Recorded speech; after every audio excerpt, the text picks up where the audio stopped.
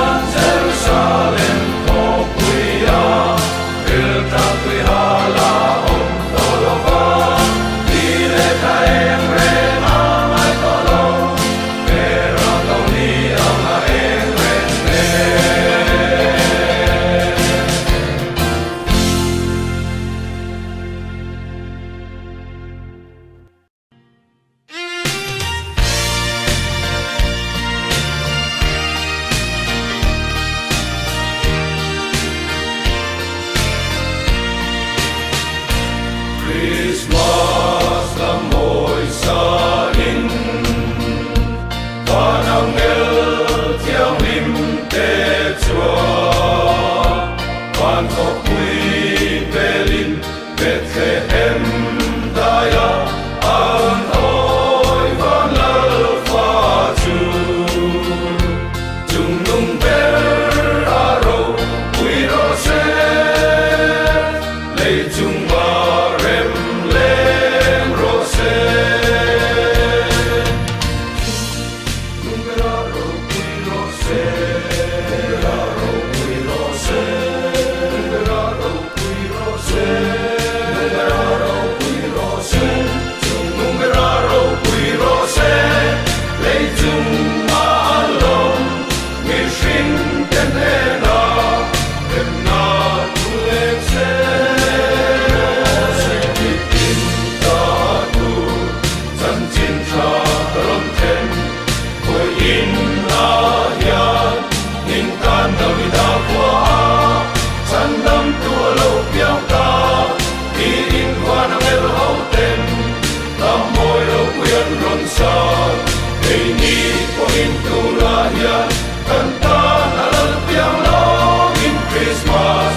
Sa in Isayang bu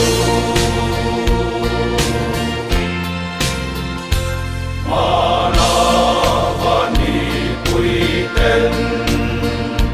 Van lalfa an chen ni chua Van zai po te chuan Kut sa an ron po Lei ni shing zong zong ta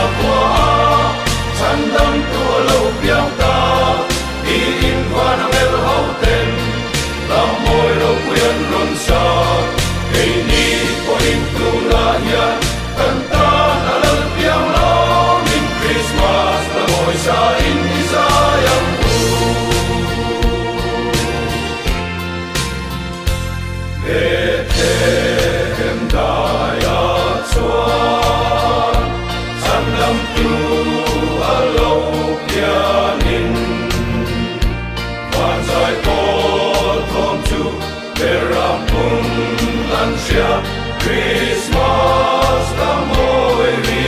chu chung nung ber aro quy ro se lei chung ma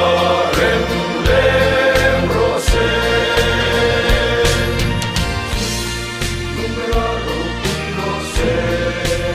aro quy ro se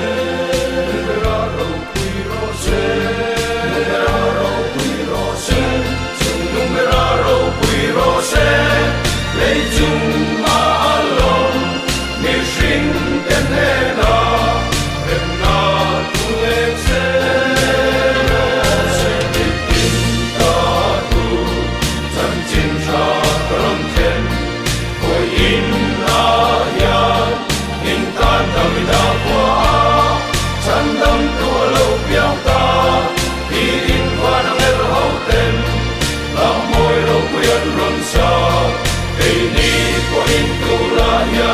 cantan al piang long in Christmas pa moi sa in Isayang bu